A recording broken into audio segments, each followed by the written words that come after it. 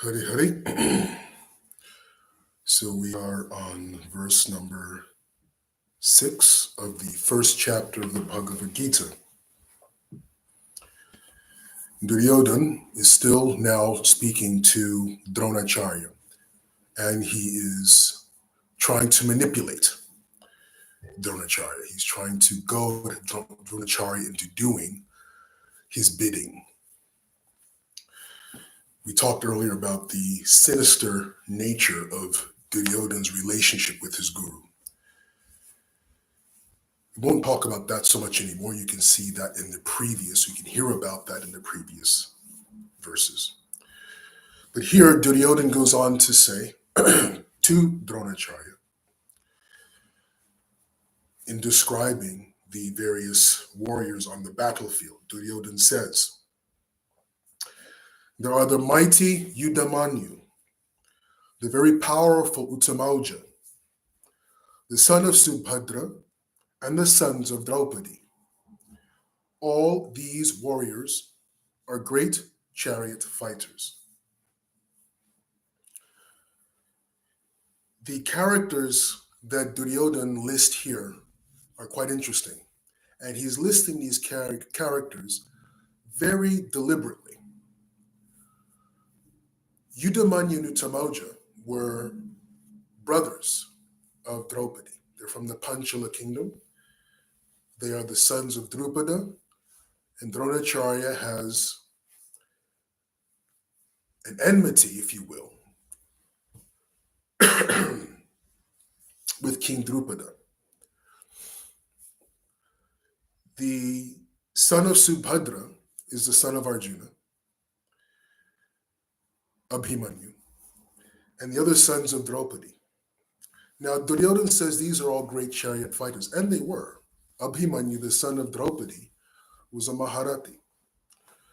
So were all the 5 sons of the Pandavas, if I believe correctly. There was no doubt they were great warriors, great Kshatriyas. In fact, Yudamanyu and Uttamaoja were the personal bodyguard of Arjuna. They guarded his left and right sides of his chariot throughout the Battle of Kurukshetra. Obviously, without a doubt, great chariot fighters. The reason why Duryodhana mentions them here is because these were also among the youngest warriors on the field of battle. The son of Subhadra, Abhimanyu, was 16 years old. The sons of the Pandu, or the sons of Draupadi, of the Pandavas, the 5 of them, Prativindya and the others, were in their late teens to early 20s, which, from the point of view of Dronacharya, they were essentially his grandchildren. They were the age, they were younger even, well younger even than his own son, Ashwatthama. So the sons of Draupadi were young enough to be his grandsons. So Duryodhana mentions these particular warriors because of their youth. He's afraid that because Dronacharya sees these young children, Abhimanyu, Prativindya, Yudamanyu and Uttamaoja were older. They were not children, but they were the younger children of Drupada. So these were the kids. And Duryodhana is afraid that Dronacharya is going to see these children, essentially. I mean, they're children from the point of view of Dronacharya.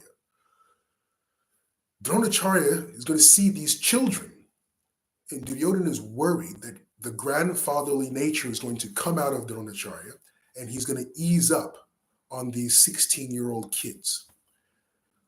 Duryodhana is reminding him, don't be fooled by these 16-year-old boys. And truthfully, he's correct. Abhimanyu was essentially a greater fighter than many of the Kauravas. Karna was unable to defeat Abhimanyu alone. It took 7 of them, Dronacharya, Karna, Duryodhana, Duryodhana's son, Kripacharya. It took 7 Maharathis to finally kill Abhimanyu. The sons of Draupadi were similarly powerful. They survived all 18 days on the Battle of Kurukshetra, despite many attempts of the Kauravas to try to kill them. So Duryodhana is pointing this out. He's saying, don't be fooled. Don't let your grandfatherly emotions cloud your judgment when faced with these 16-year-old Maharathis. They're great chariot fighters. Duryodhana is just trying to get what he wants from Dronacharya. We're not going to spend any more time on the foolish, arrogant, ignorant nature that is Duryodhana. The problem is that Dronacharya is susceptible to everything that Duryodhana is saying. He's absolutely susceptible to it. We will see further on in the few verses, I think it's verse number 11 or 12. Duryodhana, he doesn't speak to Bhishma because Bhishma is not at all susceptible to Duryodhana's foolish, manipulative talk. In order to shut up Duryodhana, Bhishma just blows his conch out. He's not interested in hearing what Duryodhana has to say. So in that regard, Bhishma is actually, in many regards, to be truthful, Bhishma is actually more elevated in that sense than Dronacharya. Swayambhu Naradha Shambhu Kumara Kapilo Manu Praladha Janaka Bhishma Bhalir Vyasa Kirvayam.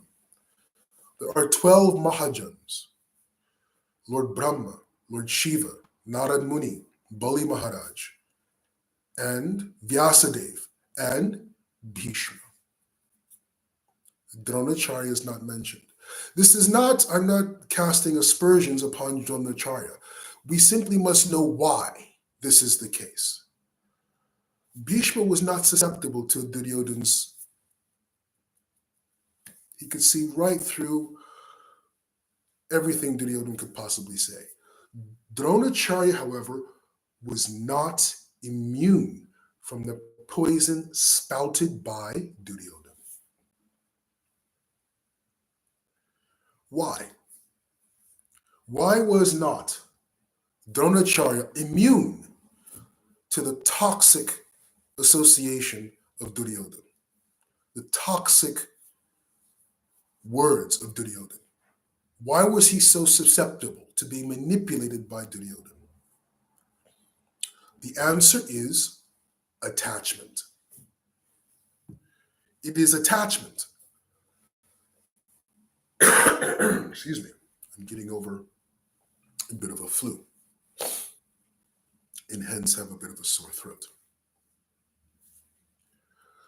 It is attachment. Dronacharya was attached. Krishna spends a lot of time in the Bhagavad Gita, particularly between chapters 1 and 6, talking all about attachment. Because attachment is the crux of the issue. A lot of times we hear spiritualists talk about being desireless, right? Not having desires. Nope. It's not about desirelessness. It's not about being free from desires. It's about being attached to those desires, being attached to whether or not you can fulfill those desires. Desires spring from the senses. Desires spring from a material mind, material senses. The eyes want to see something pleasurable. The mind wants to experience visually a wonderful, nice, pleasing movie. So desire is a natural state of the senses and the mind. That is what they are actually supposed to do. If the eyes are not seeking sight, are not seeking form, that means your eyes are dysfunctional. If the tongue is not seeking, is not desiring tasty things, you have COVID. You are sick. If your ears cannot or not desiring to hear wonderful sound, you are deaf. There is an anomaly if there is no desire when you have material senses. So it is not about, excuse me, being desireless. That's not the issue. It's about attachment. Attachment is the issue. So Arjuna asks in the 6th chapter, well, okay, attachment is the issue, Krishna. What should I do about attachment? And Krishna says, oh, you moron, you become detached. And Arjuna says, that's not an answer. That's not an answer. What do you mean become detached? How do you become detached? Right? Let's explore an attachment. An attachment is merely a belief. That's what an attachment is. It's a belief. It's the belief that if I do this, if I go there, if I achieve this, if I do that, I will experience happiness. I will experience something beneficial to me. That's a belief system. Even dependent on faith, if you haven't experienced it before. But that's a belief system. So attachments are merely beliefs, erroneous beliefs. That's what the Bhagavad Gita, that's what Vedanta tells us. Attachments are beliefs, but they are erroneous beliefs. We have to change what we believe. Let me give you an example.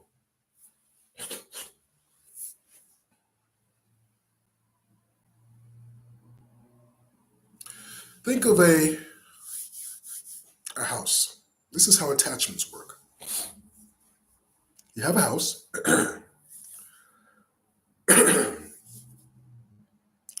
And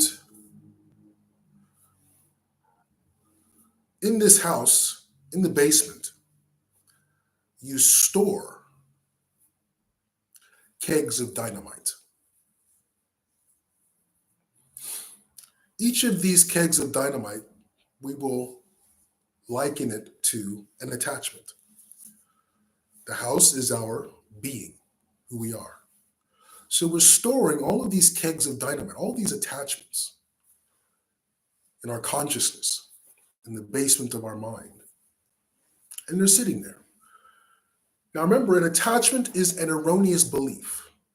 An attachment is the erroneous belief that if I achieve this, do that, do this, obtain this, I will experience happiness. If I don't have that, then I am somehow the lesser for it. That's a belief system. And especially in the modern world, where advertising and marketing is inundating us with this idea, unless you have this computer, this phone, this watch, this car, this house, you will not be successful. You will not have made it. These are all belief systems. And these belief systems have been put on us from the moment we were born and reinforced from the moment we were born.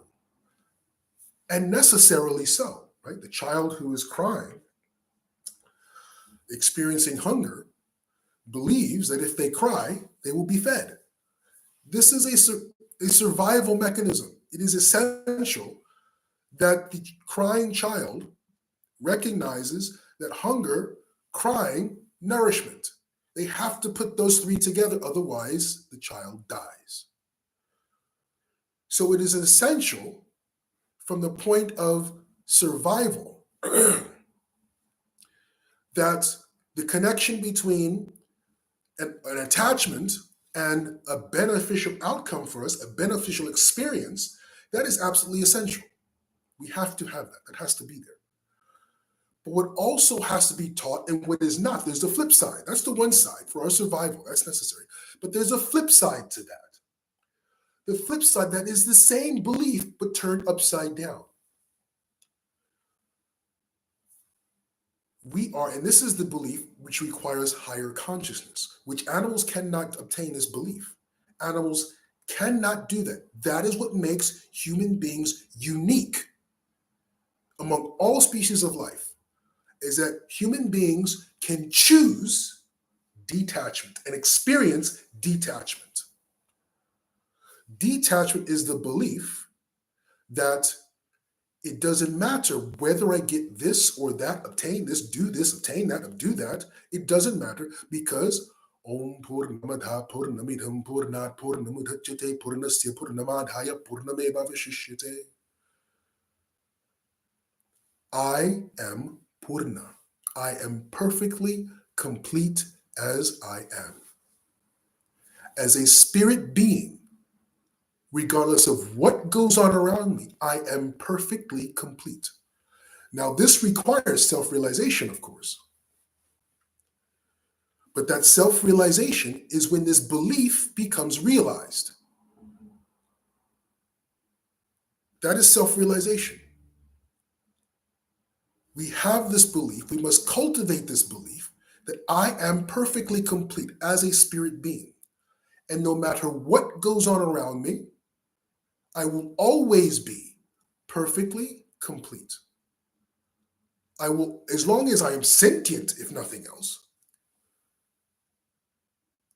I will always be perfectly complete. But there has to be a higher level of self-realization.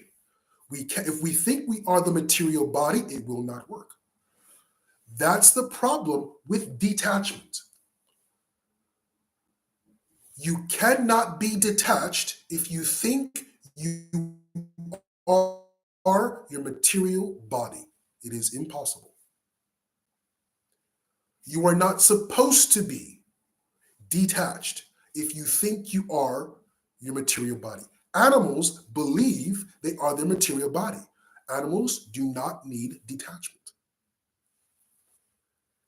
The human being is capable of achieving detachment and thus achieving liberation because they are able to make the choice of detachment. They're able to believe something different and realize something different. They're able to realize their spiritual nature.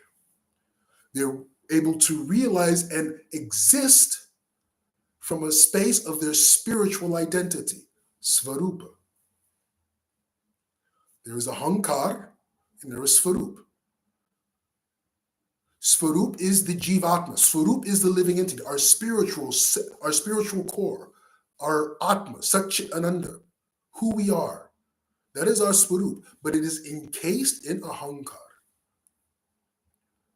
Ahankar is I do, I create, I obtain, I achieve, I accomplish. That's ahankar. And if we believe that this material body is all of that, then we cannot attain, experience detachment. Now, the problem with an attachment, going back to the example, is we're storing within our consciousness all these various attachments, storing kegs of dynamite in our basement. What is going to eventually happen? One of those kegs of dynamite are going to blow. And we call this anger. It can be regret, anger, all those negative emotions. In other words, when we do not achieve the outcome we wanted from a particular attachment, we freak out. We quit our job, we get a divorce, we do this, all kinds of things. We destroy relationships. We start a battle of Kurukshetra. We do all kinds of things when the attachment we have is not fulfilled. And then boom, we blow up. It doesn't have to be as dramatic as the explosion of a keg of dynamite. I'm just trying to get your attention. But it is essentially what Dronacharya is experiencing. He has these attachments. He is not detached. He has these attachments. So Duryodhana is able to manipulate the Dronacharya's attachments. So Dronacharya agrees to become the commander-in-chief of Duryodhana's army, agrees to break all the principles of war to kill Abhimanyu, agrees to do all kinds of, not just on the battlefield of Kurukshetra, all throughout the entire saga that is the Mahabharata. Dronacharya sat by, and because he had so many attachments, which Duryodhana could manipulate, press, poke, prod, Dronacharya could not release himself, could not let go, could not choose righteousness, could not choose the right thing to do, because all Duryodhana had to do was poke Dronacharya's attachments, manipulate Dronacharya's attachment. An entire dynasty was destroyed because 2 or 3 key people could not practice detachment. Dhritarashtra, Duryodhana's father, Dronacharya, even to some extent Bhishma, his attachment to his vows above all else. Also, and this is actually, we talked about this in previous videos or various satsangs, how we talk about, you always hear me talk about dharma, dharma, dharma. Yes. But dharma is not nearly enough, right? I wrote about this in my book, Bhakti Yoga Sutras. Dharma is just the first step. The very first step. Dharma has to become dharmamrita. If walking the path of dharma does not become dharmamrita, you're not going to get the desired result of moksha or liberation from samsara. Dharma will get you to the door. But what gets you through the door, out of the cycle of samsara, is dharmamrita. We won't go into dharmamrita now. That's a whole other topic. We're talking about attachment, detachment. So this is Dronacharya's problem, or his attachments. So now one may say, well, how do you become detached? If attachments are a belief, an erroneous belief, which they are, even though we've explained, well, let's go back a step. There are 3 pramanas. I won't go so deep into this because this is deeply epistemological and I don't want to get lost down that road. But just to set up the concept so you know what we're dealing with here. There are 3 ways of attaining knowledge. Well, actually, there's 6. When I go down these roads, sometimes I have to make sure I don't go too far because it just becomes way too much. There are 6 ways of attaining knowledge. 3 are most important. They're called pramanas. Pratyaksha, Anumana, and Shabda. Those are the 3 most widely accepted. Widely accepted means in Vedic philosophy. Pratyaksha means by experience. You pick something up, you experience it. Right? This is a pen, it writes, so you experience it. Right? That's pratyaksha. Physical, through sensory perception, you experience something. First-hand experience. Pratyaksha. Anumana is inference, right? You infer something, right? Because A is this and this is that, then A must equal that, right? Inference, we know this. I'm not going to go down that rabbit hole either, which you can. So inference, you can infer knowledge. It's a valid way of attaining knowledge for sure. And then there is shabda, hearing from someone who knows. Now, of course, it requires faith. You have to assume that this person is educated. You have to have some basic trust in the person, right? The greatest example of this that the Vedas give us is that if your mother tells you that's your father, that's shabda. This is a person obviously who would know. So there's trust there. I know. Don't even, yeah, of course. Okay, let's move on. This is Kali Yuga. Let's not get into, whose father is what and so on like that. You get the point. The point is an authoritative person tells you something and you believe it on hearing Shabda alone. So these are the three pramanas, the three ways of acquiring knowledge. You personally experience it through your material senses. You infer it because this is this and that must also equal that. Valid. And you hear from an authority, also valid. All three of these are valid. Our attachments are beliefs that we've experienced in one of these three ways, either through personal experience, through sensory perception, right? The child is hungry, cries, food. So it's a personal experience. We infer, we saw this person got that type of car, he looked to be happy, so we can infer getting that type of car will make us happy. Absolutely. Belief. Someone says if you get an iPhone 25,000, then you'll be happy. So we think this person is wonderful because he seems to be a millionaire and smiling all the time. So we believe that and we go get an iPhone 25,000. All of our beliefs from which our attachments come to us by way of pratyaksha, anuman, and shabda. All of our beliefs, all of our attachments, which are beliefs. Even if we may have experienced it, fine. Through inference, fine. Through shabda, fine. We come to believe these are truths, and we act accordingly. We engage with the world accordingly. It's the same thing with detachment. So you can either experience, now what is detachment? We know attachment is, if I get this, I will experience some happiness and benefit. Detachment is, whether or not I achieve this, or that, I am, as a spiritual being, perfect and complete. I have everything I need to experience all that I need to experience that will be beneficial for me. Everything that is beneficial for me, I already have. That's a better way of expressing it. Everything that is beneficial to me, I already possess, and it can never be taken away from me. That's the belief system of detachment.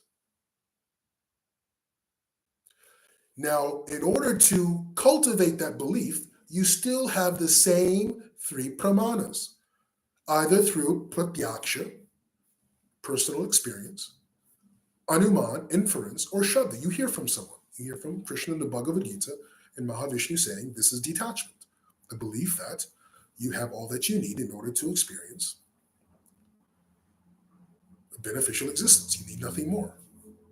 Shabda. We also experience, you've also experienced this. We've all experienced this in life, levels of detachment without knowing them or calling them as such, where you're going through life, you've had something, you lose something, and you realize that,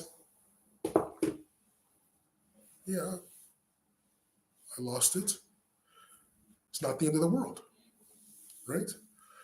Some people lose something and they completely freak out.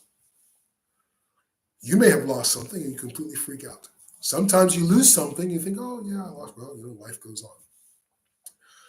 Now that may mean that you just didn't care about it. This is what I commonly get when I talk about detachment. That just means detachment just sounds like you don't care. It's just the opposite. The person who is detached cares, deeply cares, but for the right reason. We're going to talk about grief a little bit here as well. What time is it? We're going to talk about grief a little bit here as well, because this also raises its head and questions arise that a detached person cannot experience grief. No, it's not about grief. It's about why are you grieving? It's why. It's always why. Many of you who follow me, you know me. I always start with why. It's always about why. Karma yoga is the what, Jnana yoga is the how, Bhakti yoga is the why. Always start with why. It's not about grief. It's about why are you grieving? When Arjuna, I always talk about the Bhagavad Gitas, right? Krishna, we spoke two Bhagavad Gitas. Bhagavad Gita, the one we are discussing today, and the Uddhava Gita. In this Gita, Bhagavad Gita, Krishna spoke to Arjuna. In Uddhava Gita, Krishna spoke to Uddhava. Both Bhagavad Gitas begin with someone crying, bawling their eyes out. Arjuna is crying, grief-stricken about the Kurukshetra war. Uddhava is crying because Krishna is leaving. Krishna asks Arjuna, why are you grieving? Don't grieve. Why are you grieving? You're being foolish. He essentially tells Arjuna to stop grieving. He doesn't tell that to Uddhava. It's not about the grief. A detached person can grieve fully. In fact, detached people grieve in the most healthy manner. It's not about grief. It's about why are you grieving?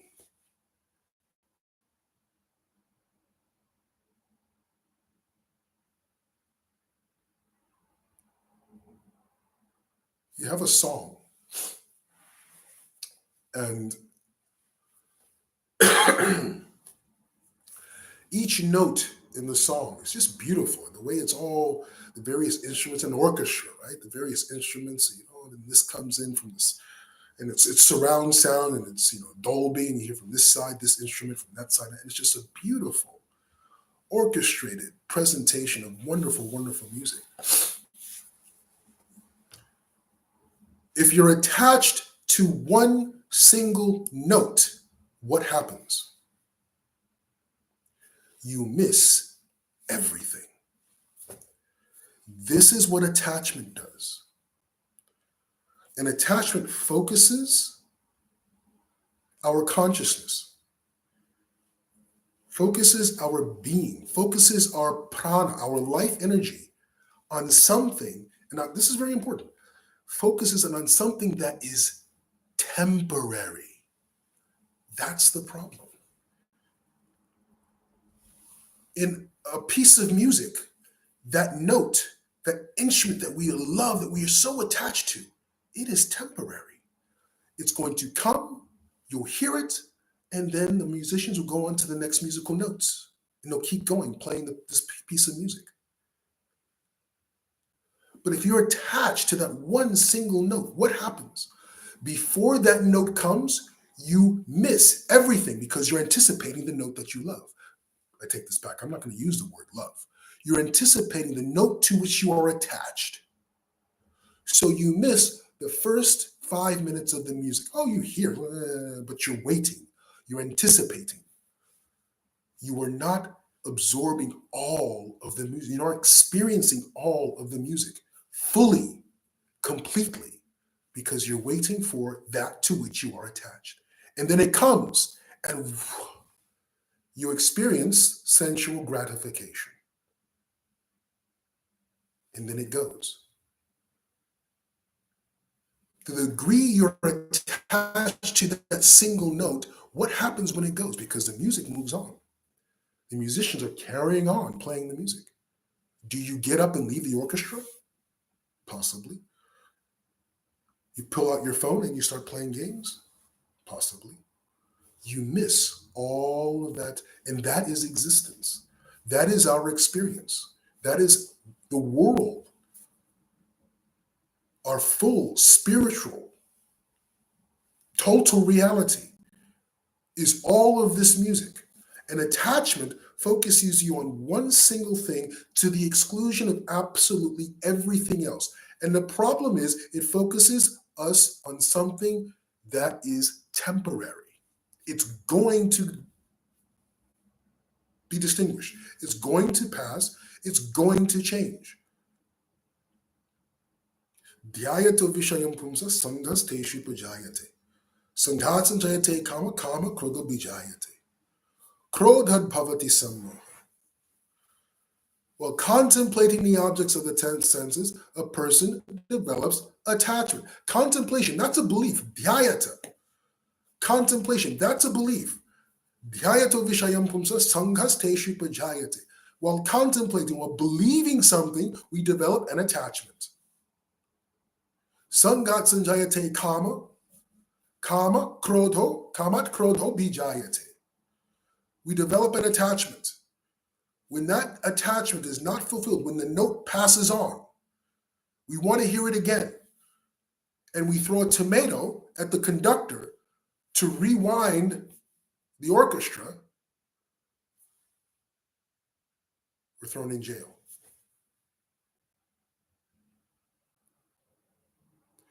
Detachment is not that you don't enjoy the music. Detachment means you enjoy all of it, fully, every note. And it doesn't mean you don't have preferences either. You can have preferences.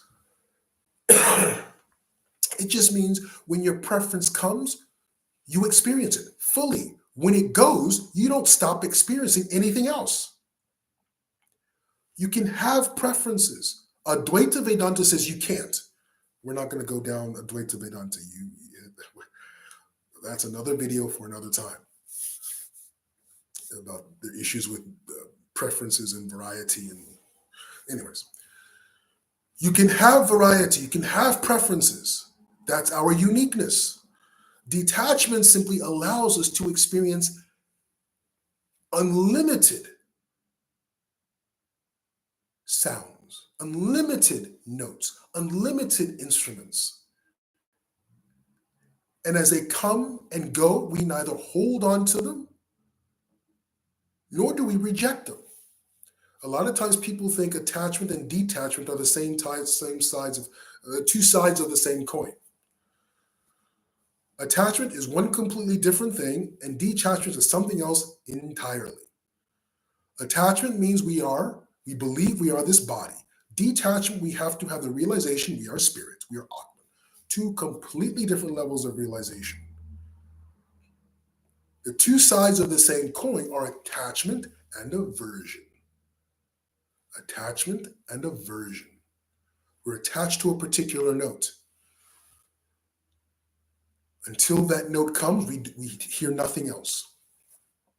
When it comes, we're excited. When it leaves, we pick up our phone. We shout, That's attachment. Aversion means when there's a note we dislike with an intensity because we believe, remember, an attachment is a belief. So is an aversion. It's a belief that this thing, an attachment is a belief that this object, this thing, this accomplishment will benefit me, will be the source of my satisfaction and happiness. Aversion is also a belief. It is a belief that if I experience this, if I get this, I will be harmed. My very being will be harmed. So a person who has an aversion to a particular musical instrument, you sit them out in the orchestra and think, I don't like this type of music. I don't like this type of instrument. So they sit there dreading the entire experience, waiting for this instrument to make its appearance. And when it does, cringes, freaks out, gets angry, throws a temper tantrum. That's attachment and aversion. Same thing. Same thing. Detachment requires spiritual realization. And it is also a belief. Whether by pratyaksha, anuman, or shabda, it is a belief that we have and hold that I am aham brahmasmi. I am spirit. And because aham brahmasmi, purnamada, purnamidam, purnat, everything that is beneficial to me, I already have and can never be taken away. So this was Dronacharya's problem. Because Dronacharya was fully and completely detached.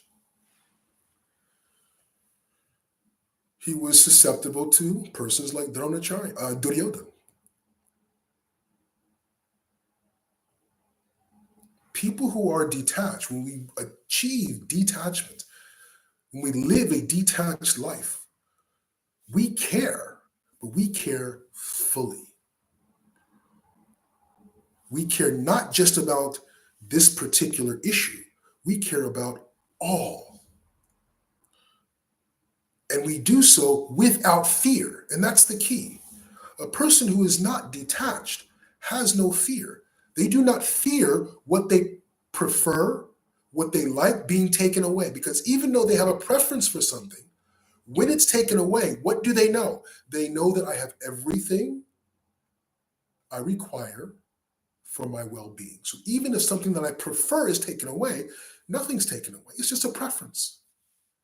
Especially if the preference is temporary. The detached person is like, it's okay. They will go on to experience the next. While they have their preference, they can experience their preference fully without fear. And that's the key. That's the key. The detached person lives without fear, loves without fear, goes into the world without fear. That's what abhaya is. When the Bhagavad Gita Krishna constantly tells Arjuna, be without fear, be without fear, be without fear, that requires detachment. And the detached person, that's how you care.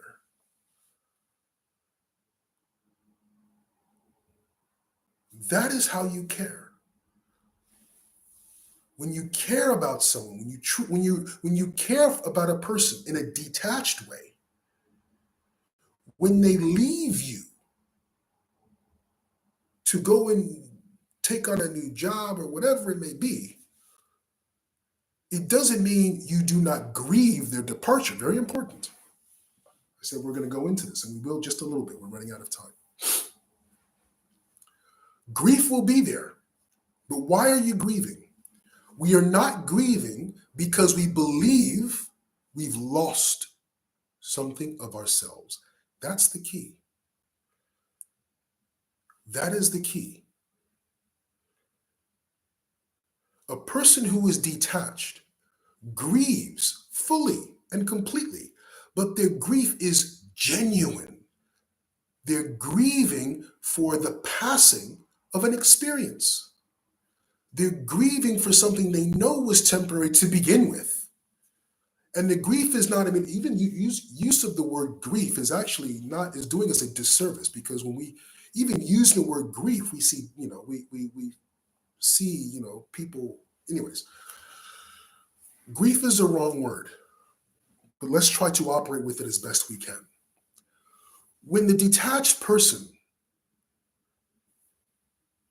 experiences loss, let's put it that way, if there is true self-realization, there's true understanding and realization of this belief that I am Purna, there's nothing that I do not,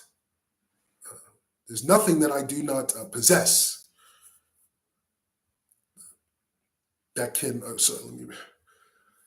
I have everything I need for my benefit. And everything that arises, everything that comes, are just experiences, different flavors, different varieties.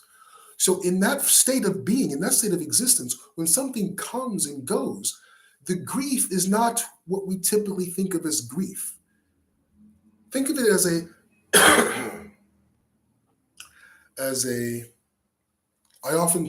it's a very good example. I grew up in boarding schools. And when I would leave home, come back from, leave home and come back from Gurukul and go back home, visit my mom, there was, in many cases, a sense of farewell. I'll see you again. It's kind of like a till we meet again type experience, right? When you know you're going to see someone again, you're going to experience something again. It's not a grief, even though they may be going away. I hope I'm articulating this correctly, because again, grief is not doing us justice. Grief is something that's really tied to a non-self-realized a non-self-realized mindset. When we only are grounded in the material body, we should be aware of the material body. We're not negating the material body. We're only adding the reality of our spiritual nature to our material reality. That's very important. We're not negating our material reality. We're only recognizing that there's also a spiritual aspect. And if we function from the spiritual, then it all makes sense. If we just function from the material, there's no meaning to it. There's no meaning. Even, who is it? The Bertrand Russell, the great atheist. Even Bertrand Russell said, if in order for life to have meaning, you have to assume a God. Just if you don't assume God, life has zero meaning, zero purpose. I'll let you ponder that after the video, but just write that at a note. Think about that. Unless you assume God or some other spiritual reality, some reality after death, unless you assume that, life has absolutely no purpose, no meaning, zero. So we're not trying to negate the material. We're trying to add the spiritual. When you put the two and have those together, these two realities, and exist in both realities, then it all makes sense. So grief doesn't mean, it's not grief anymore. In the material reality, it's grief. When we add the spiritual component, it's not grief. It's merely giving a farewell. It's a till we meet again. That's what it is. Very, very big difference between grief, the end of something, to it being until we meet again. So the detached person doesn't mean they don't care. They care fully. They experience fully, deeply, because they're not operating from a place of fear. When we're operating from a place of fear, we shut out. What does fear do? Fear constricts the blood vessels. Fear constricts our focus. Fear constricts everything about us to deal with this one existential threat. So we go throughout life with all these little things that are causing us fear, these attachments causing us fear. We can't experience life because we're just going around in all this kind of, high level, low level fears because we have all these high level, low level attachments. The detached person has no fear because the detached person operates that I have everything I need for my benefit, and it cannot be taken away. I already have it. It's part of who I am. So they go into every situation fully open, fully vulnerable to love, fully vulnerable to relationships, and they give all of themselves to a person, to a thing, to an organization, to whatever it is. They give all of themselves. If it doesn't work out, farewell till we meet again. Winter, summer. Sitoshna sukha dukha dha. Sitoshna. Oh, till we meet again. Or not. Doesn't mean they don't care. No, they care fully because they've experienced fully. They're just not attached to it. They simply don't have the erroneous belief that my well-being is tied to that. So Dronacharya was deeply attached. Deeply attached. And we see in the 17th or 15th day of the war when Dronacharya was killed, the number one thing to which Dronacharya was attached was his son, Ashwatthama. When he thought that his Ashwatthama was killed, he did not give a damn about anything.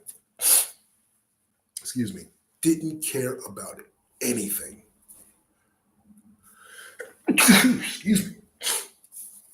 Okay, we'll wrap it up now.